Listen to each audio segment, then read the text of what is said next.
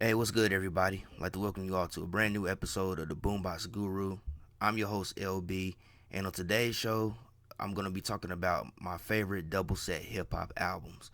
So, right here beside me, I got 10 CDs of double set hip hop albums that I consider to be my favorites and some of the best ever released in the genre. Uh, so I got like 10 albums right here. So, I'm not going to be too long. I'm gonna try to go through these pretty quick because I don't want this to be a long video. So we're gonna go ahead and start with the first album right here, which is Master P, MP The Last Don, released in 1998.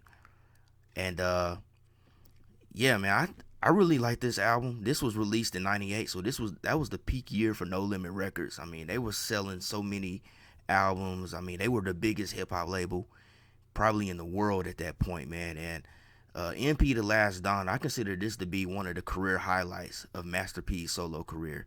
You know, it was a double set album. When it was released initially, it was marketed as his last album and that he was going to retire after that. Of course, we know that wasn't true because he came back the next year with Only God Can Judge Me in '99. But I honestly think that MP The Last Don is arguably Master P's most complete work.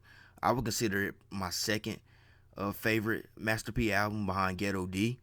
But the production on here, I think, was far better than most No Limit albums. It seems that P allowed Big Spot Pound to really spend some time on the production tip because everything on here sounds well engineered, well mixed, and well mastered, which is something I think that always kind of dampened No Limits albums was that you could tell that a lot of the albums were being just pushed out immediately without being mixed and mastered. But this one, it sounds great throughout. I think I like this disc one a lot more than disc two, but all around, both discs are solid. I just think disc one seems to be a bit more consistent. Uh, but the only song on this whole entire album that I really don't care for is the Make 'Em Say number two on disc two, because I just always thought that that song was just unnecessary. I understand it from a business point because Make 'Em Say is No Limit's biggest song. That's what put them on the map commercially, but Make 'Em Say two to me just doesn't hold up to the original. It just wasn't as impactful.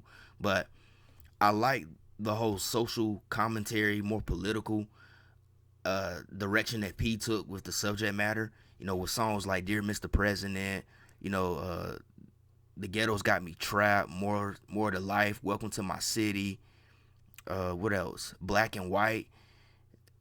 I just really like that direction that he took with the record, man. He took a more sort of like introspective approach with the subject matter on this album. So, yeah, honestly, I think this is Master P's most complete record, man. I don't think he really I don't think he's really done anything that's really went over this album. Basically, man, I think this is one of his most complete records all around.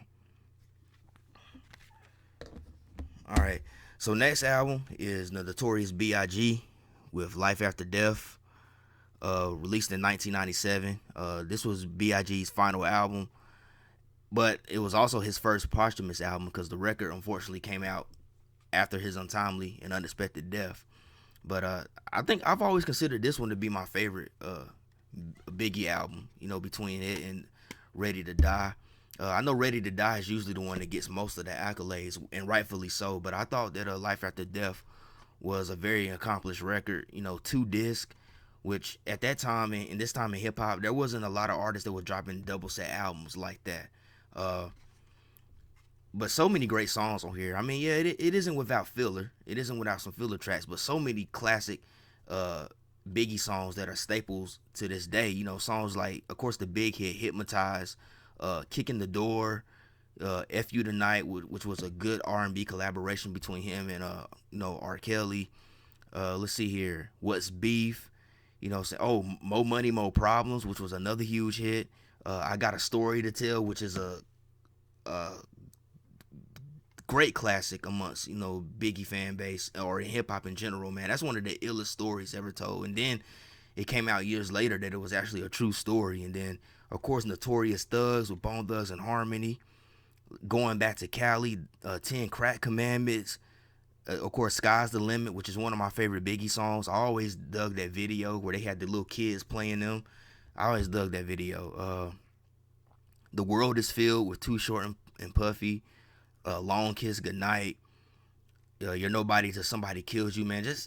Just so many great tracks on this record, man. And I think if Biggie had actually lived when this record came out, it definitely would have been the album that was gonna take him like to the next level, man. He was already headed there, but this album definitely was gonna put him over the map amongst so many other MCs, man. So definitely a classic double set hip hop album right here. All right, so next album is Outkast with Speaker Box and Love Below, released in 2003. And I was kind of on the fence of whether I should include this because it's basically two solo albums packaged together under the Outkast name. But you know what? I said, what the heck? It's considered an Outkast album. It's 2 discs, so I'm gonna go ahead and put it in this category. But now I wouldn't necessarily call this one of my favorite Outkast albums, but I think it's definitely one of the best, the most unique double set hip hop albums. And the genius behind the whole marketing of Big Boy and Dre deciding to do solo albums and packaging them together under the Outkast name, I thought that was pretty genius. Of course, Big Boy's Speaker Box album is more of a hip hop oriented record, and Dre's The Love Below is more of an R&B, pop, neo soul, even pop rock approach, sort of a Prince-esque type vibe on that side. But both records are very creative and artistic and unique. A lot of people like to give Dre all the credit for the creativity, but I mean, Big Boy is right there too, man. I mean, he's not doing the typical hip hop songs on his side either, man. Like a lot of his hip hop tracks on Speaker Box are very of the experimental nature, and I just really dug Dre's side, The Love Below. I know a lot of people were disappointed that it wasn't him rapping more and doing doing what he usually done with Outkast, but considering the approach that he took, I think it was great. I think it was an awesome combination and fusion of R&B, pop rock, neo soul. I think there's one song on the album that he raps on, which I think is the last one, "A Life in the Day" of Benjamin Andre, Incomplete. But for the most part, everything on here is well produced. The songwriting is great. Awesome collaborations, man. I mean, the music on that side is just as good. But definitely I think this is Outkast's best selling album, possibly. I know this is the one that really took them to the next level commercially, man. Because I remember they won an award at one of the award shows that year. But it's definitely a great double set album, a very unique one at that, which is why I decided to include it in this list. All right, so next album, moving along, is "Are You Still Down? Remember Me" by Tupac, released in 1997. And this was actually the first posthumous Tupac album that was released. Even though this was his first posthumous album, the songs that were actually included on this record were pre-Death Row. These were songs that were recorded during the Strictly From My Niggas, Thug Life, and Me Against the World era. So basically the Thug Life period, Tupac's Thug Life period, which was I guess you could say late 92, 93 to 95, around that period. That's where most of these songs come from. It comes from that era of Tupac. And I gotta say that this is one of the best posthumous Tupac albums ever released. Man, sometimes listening to this album, me personally, I forget that it's a posthumous Tupac album, because it really sounds like Tupac might have actually been there. Well, of course he was there when he recorded these songs originally, but the way that this album is put together and structured, it feels as though Tupac actually had creative input. So whoever was the creative director or whoever overseeing this project, I'm assuming maybe it was his mother, Ifeni, she did a great job. And the production team on here, everything on here sounds like something that Tupac would have rapped over. It sounds like producers that Tupac would have worked with. I know that Warren G, DJ Quick and some of them came back in and like kind of sort of remixed their original versions. But I think the song that I think the song that DJ Quick did was it Definition of a Thug Nigga.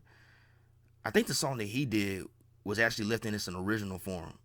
But I know Warren G kind of remixed his version, like Lie to Kick It with Richie Rich and stuff. I know he remixed it, but it wasn't too. It was actually a bit better than the original version, but the production really stays true. It just really felt like Tupac might have been there during the creative process when they were putting this together, man. It really sounds like a Tupac studio album, aside from a posthumous album or full of previously unreleased songs. But they did a really good job. I think both discs are pretty solid. Honestly, man, I can't say which one I like better than the other one. You know, one day I might enjoy disc one more, then next day it might be disc two. But it's just it's one of his best posthumous albums, man. And it was, unfortunately, man, years later, they kind of ruined that whole posthumous Tupac albums. I mean, y'all don't even get me started on Pac's life. But this is one of the best ones to come out. Right here was Are You Still Down? Remember Me, man. Definitely a dope double set album. So moving along, we got another Tupac one, and I couldn't do this list without including this album. I thought maybe I should just leave it to one Tupac album, but I was like, nah, I gotta include this one. And of course, that is All Eyes on Me, released in 1996, Death Row Records. I mean, what more can I say about this album that hasn't already been said? It's this is considered Tupac's magnum opus. He came out fresh out of jail. He signed, well, maybe he didn't sign with Death Row, who knows? But he got with Death Row. He got down with Death Row Records, and he turned out this classic hip hop album, timeless classic, a record that is still continually talked about and discussed today. Is one of the greatest hip hop albums of all time. Came out February the 13th, 1996, man. This album, the Fugees, the score came out that day too. And what's my man from Virginia? Skills. Yeah. His debut album dropped that day too. So that was a pretty good day on February 13th, 1996.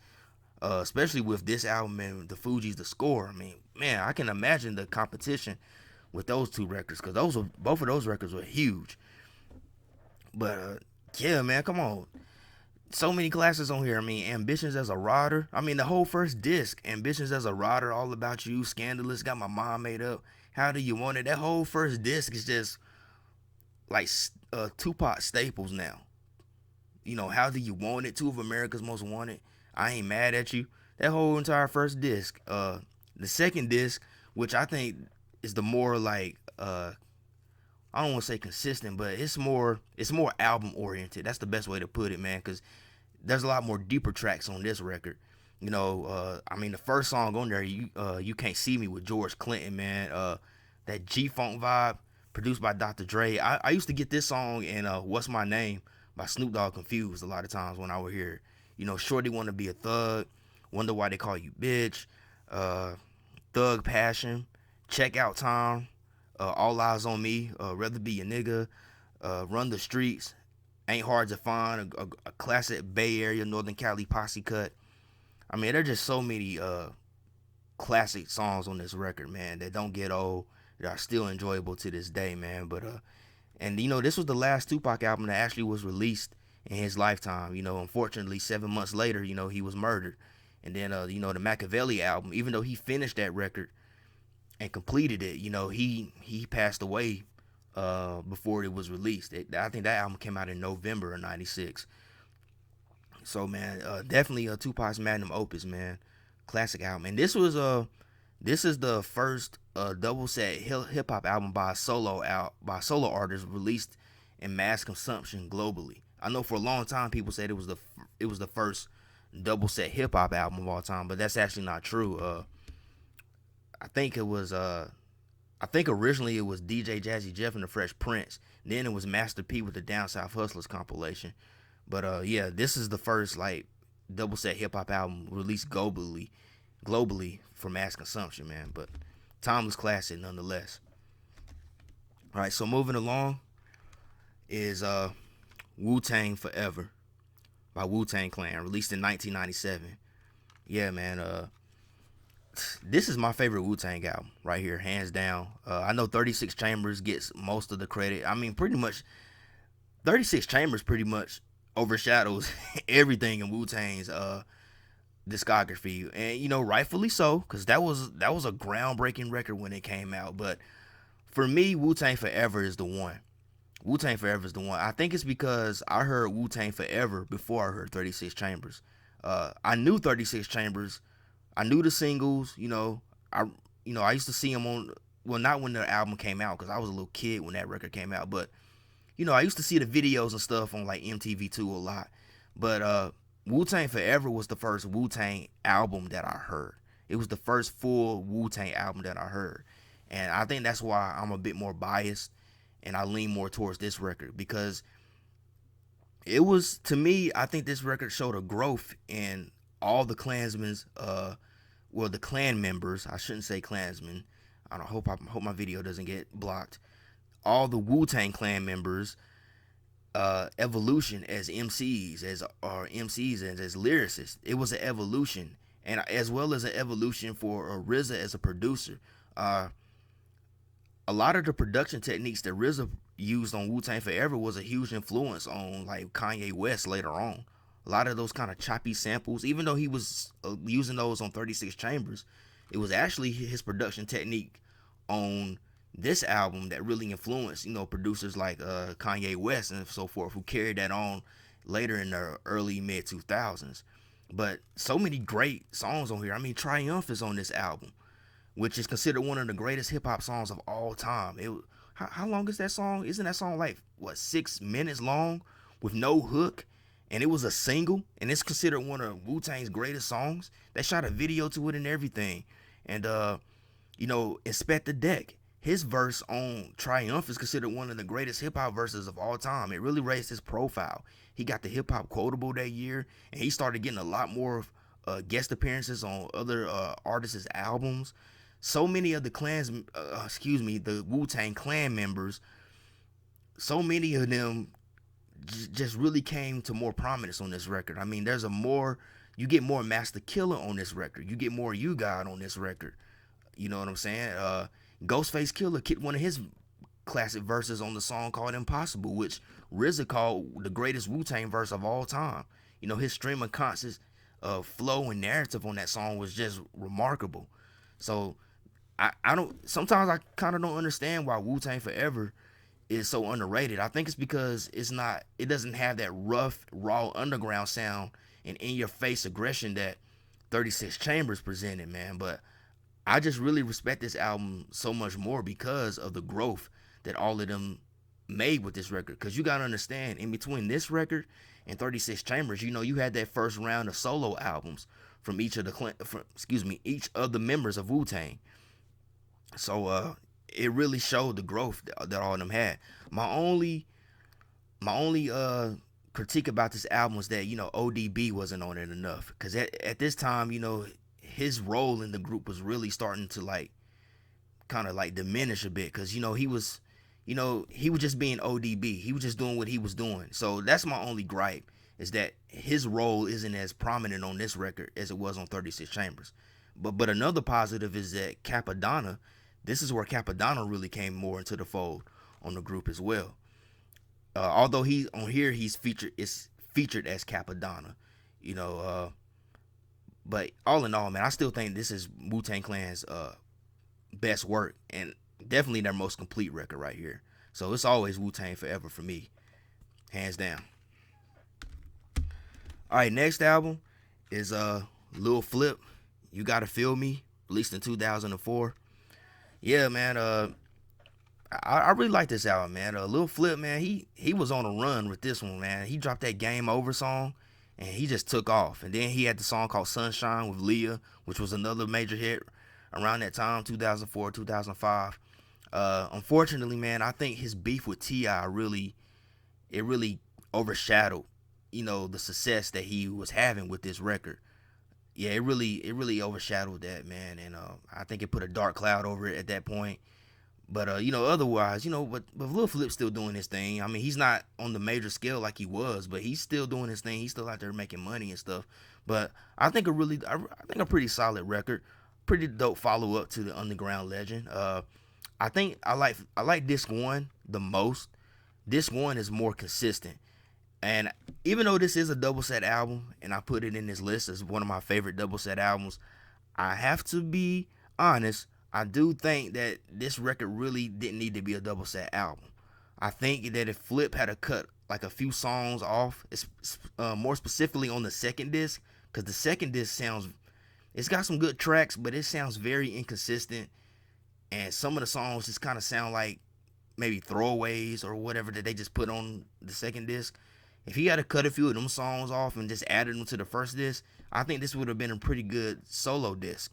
But in any case, man, it's probably my favorite Lil Flip album. I usually go to this one the best, man, because he has some really dope collaborations on here. With like Ludacris, DTP, Dipset. He had a few songs with Dipset on here, 3 6 Mafia, and stuff like that.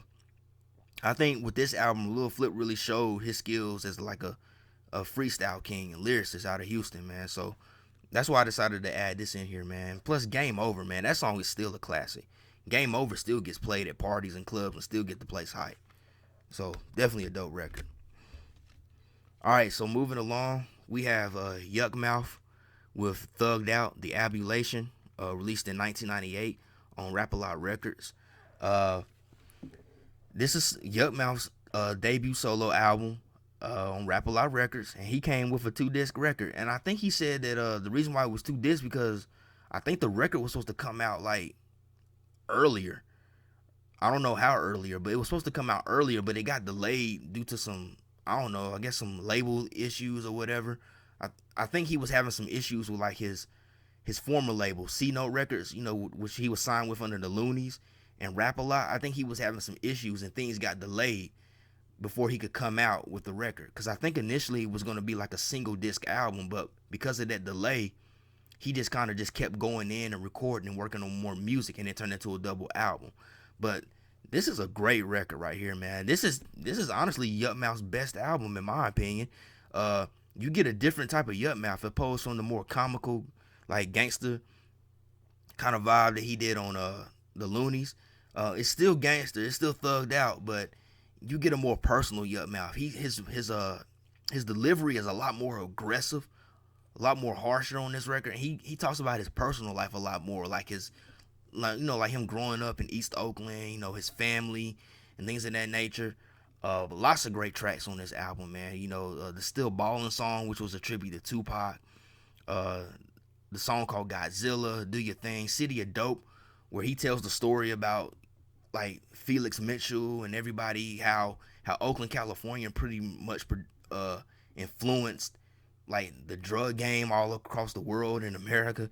Let's see, the second disc, the Ballers Feud featuring Numbskull. I thought that was really cool because him and Numbskull actually were like kind of at odds at each other around this time, I believe. But they managed to churn out that song. And then the song My Buddy, which was a collaboration, which was pretty much the Loonies featuring the Dog Pound, Daz and Corrupt. Let's see, Extortion with Fats Bossy, Menage a Trois with Tila, Falling with Do or Die, Mackin versus Pimpin'. Bum Bell with Tech Nine. That song was killer. That's a killer song right there. RAL Mafia featuring the Rap-A-Lot family. Man, I mean this is one of the few. I say this album and WuTang's Forever WuTang's Forever. These are one of the few double set albums that I could say are really in hip hop that don't have a lot of filler tracks. But just a consistent record on both discs, man. But yeah, if you ain't never heard Thugged Out, The Abulation by Yup Mouth, you missing out on a real gem. All right, so next we have E40 with The Element of Surprise, released in 1998. Yeah, man. So I'm seeing a theme here. Like 97, 98 seem to be like a hot year for double set albums from artists, man. But yeah, E40, The Element of Surprise, one of his best records. I think E40 did a ranking of his albums back in 2013, and he named like The Element of Surprise as his best album of all time. I don't know if I would call it his best album of all time. I think I would get it to like in a major way, honestly. But a solid record. I mean, 2 disc album, not too many filler tracks. So many great songs on both discs. I mean, I think the biggest song from this album was "Hope I Don't Go Back," and wait, the song with Too Short. I think the song with Too Short is on here. Yeah, from the ground up, featuring Too Short and Casey and JoJo. Those are the biggest hits from this record, man. Some classics right there, some classic 40 tracks, some classic West Coast tracks, man. But you got the title track, the Element of Surprise, Trump Change, All the Time Would Be Legit was a personal favorite of mine. Let's see, the song called Flashing. Oh yeah, Do It To Me featuring Busta Rhymes. Whoa, classic song right there. Classic song, man. E40 and Busta Rhymes should do more tracks together because that was a great collaboration right there, man. I mean, that just sounded so natural.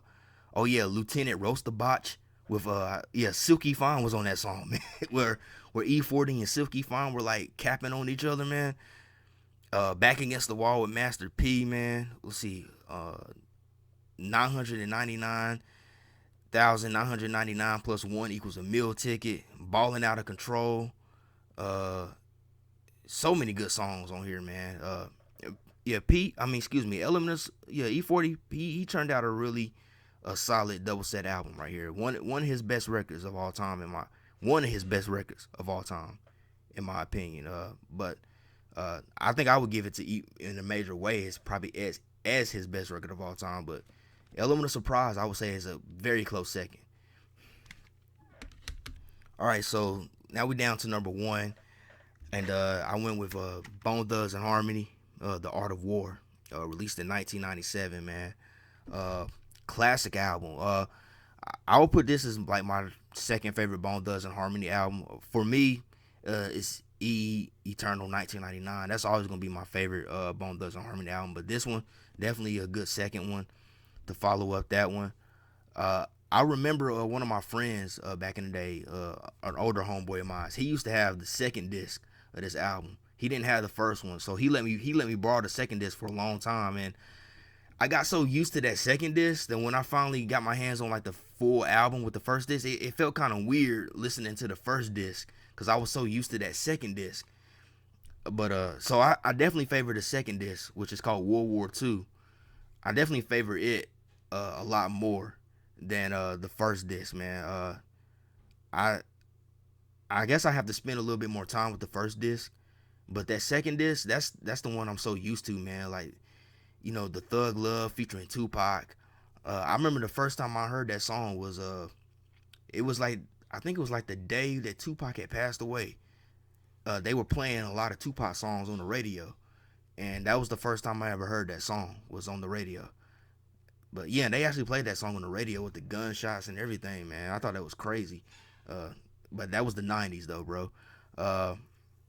Hating Nation, Seven Sin featuring Majesty, Wasteland Warriors. Man, so many good songs on here, man. Friends, the Mo Thug Family Tree song.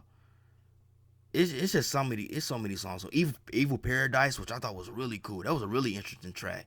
Evil Paradise. It kind of had like this kind of industrial kind of vibe to it on the song, man. But yeah, I gotta spend a little bit more time with the first disc. I mean, I do like the song "Look Into My Eyes," and I do remember "If I Could Teach the World" and those tracks. But yeah, that second disc is just the one for me because like I said, my homeboy had that disc. He let me borrow, and that's the one that I got so used to that it's so weird when I listen to the first disc, man. But definitely a great double set album.